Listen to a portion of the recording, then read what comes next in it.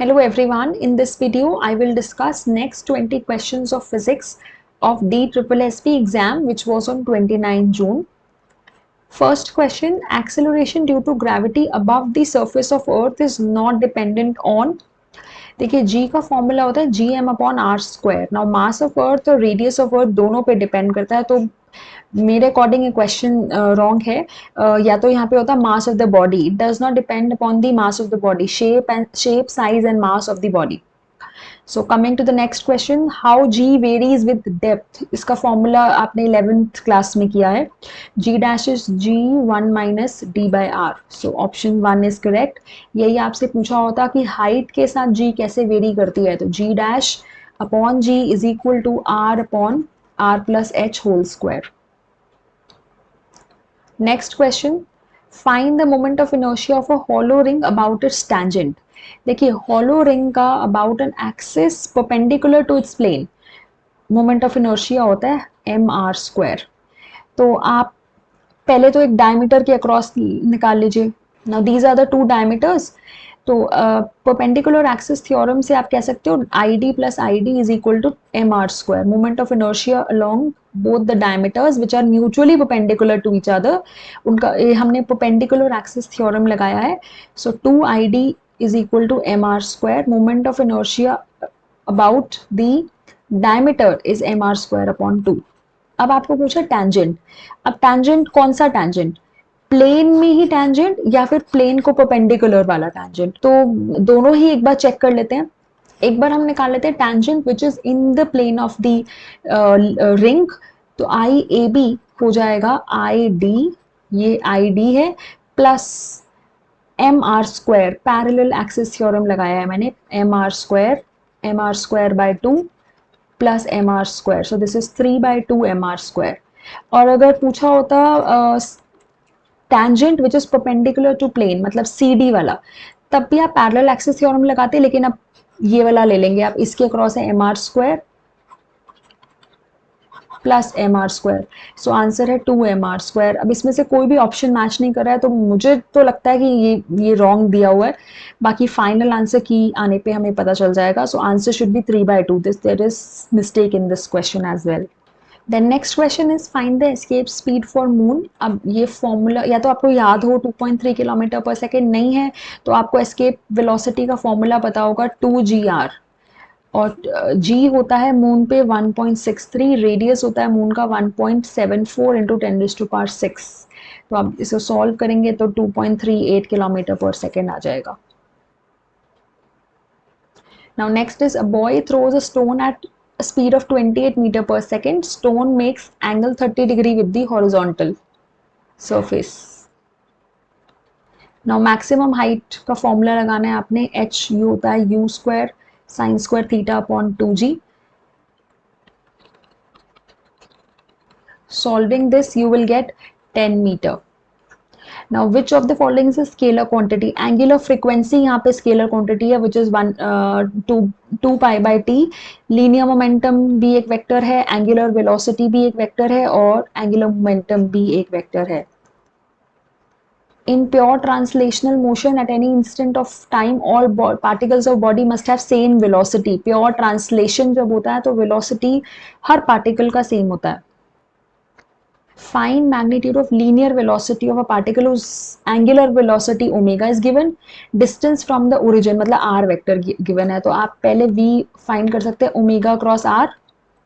So cross product करेंगे i j k 7 3 minus 5 1 minus 1 1. Solve करेंगे आपको v वेक्टर मिल जाएगा -2i minus 12j minus 10k. Sorry minus 10 है, minus 10k. Okay, and इसका आप magnitude निकाल लेंगे तो आपको मिलेगा √248 which is 15.75 metre per second. Now what is the position of center of mass of for two particles of equal masses? Center of mass का formula क्या होता है? m1 r1 vector m2 r2 vector upon m1 plus m2. अगर masses equal हैं तो आपको मिल जाएगा r1 vector plus r2 vector by 2. So lies exactly midway between the two masses. Center of gravity of a body is that point where total gravitational torque is 0 moment of inertia of hollow cylinder, ये भी याद रखना है आपको कि mr² about axis of the cylinder होता है. Very easy. River is 1000 meter wide, water flows at 50 meter per minute, और मैन जो है वो स्विम करता है स्टिल वाटर में 66 2/3 मतलब 200/3 मीटर पर मिनट की स्पीड से वो जा रहा है. एंड 1000 मीटर वाइड रिवर है. आपको टाइम पूछा है तो आप ये वाला कंपोनेंट लोगे. टाइम के लिए आप यही वाला वर्टिकल कंपोनेंट लोगे. So time is distance upon speed. So 15 minutes is the right answer. Now next question is, आपको रिलेशनशिप पूछा है time period, radius R, gravity g and mass of sun में. तो आपको फॉर्मूला वैसे याद हो, इसमें भी रूट इसके ऊपर भी होना चाहिए, इसके ऊपर भी रूट होना चाहिए था. एनीवे तो अगर आपको फॉर्मूला याद हो तो अच्छी बात है, नहीं है तो मैं क्विकली आपको बताती हूँ आया कहाँ से. mv²/r, अगर एक सन के अराउंड, ये मास ऑफ सन, ये इसके अराउंड प्लैनेट मूव कर रहा है, उसका मास स्मॉल m है suppose. So mv², centripetal force is equal to gravitational force between sun and the planet. So ms into m upon r². आपको यहाँ से मिल जाएगा v की value gms upon r under root. ठीक है. और टाइम पीरियड क्या होगा इसी प्लैनेट का, 2πr अपॉन वेलोसिटी. सो 2πr अपॉन ये वेलोसिटी पुट कर दो, रूट gm/√r. तो आप इसे सबको रूट में लेने के लिए आपको लिखना पड़ेगा 4π² upon gm under root. So answer is this, gms है ना सन का. Now next is example of rotation where axis may not be fixed. It is spinning top. Potter's wheel में fixed रहती है, सीलिंग फैन में भी fixed रहती है, तो सिर्फ spinning top में होती है जिसमें axis change होती रहती है. Which statement is false for rigid body? Fixed shape होता है, definite shape होता है. All particles of the body move together. Shape भी unchangeable होता है और body pure translational motion में होती है. So first one is incorrect. Escape speed of the body. Escape speed का फॉर्मूला होता है 2gr और 2gm upon r under root. So it is independent of the mass of the body. Total energy of a satellite is negative. Formula होता है -gmm upon 2r. Now action of forces of equal magnitude but opposite in direction with different lines of action को हम बोलते हैं couple. आपको direction किसकी नहीं देनी पड़ती, नल वेक्टर, जो वेक्टर ही नहीं है उसका डायरेक्शन क्या देना. यूनिट वेक्टर का भी होता है, रेडियस वेक्टर, डिस्प्लेस, सबका डायरेक्शन होता है, बट नल वेक्टर तो नल ही है ना, जीरो ही है. So you don't need to specify the direction. Now next is, year of a planet is 29.5 times that of the earth. Year होता है time period of revolution around sun.